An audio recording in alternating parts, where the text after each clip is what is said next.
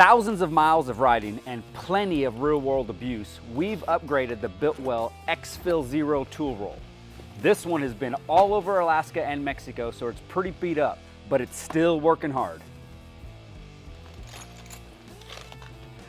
We've found that these clear ripstop pockets were way more durable for holding sockets and small parts.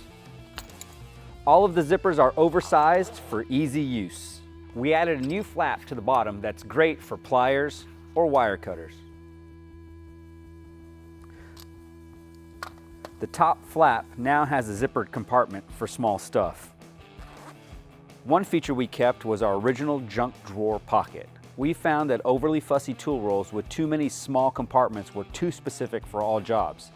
This big pocket has enough room to fit all the tools that wouldn't have a good spot in your average tool roll.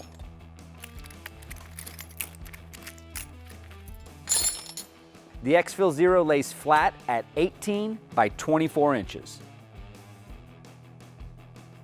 The Exfil-0 folds up easily.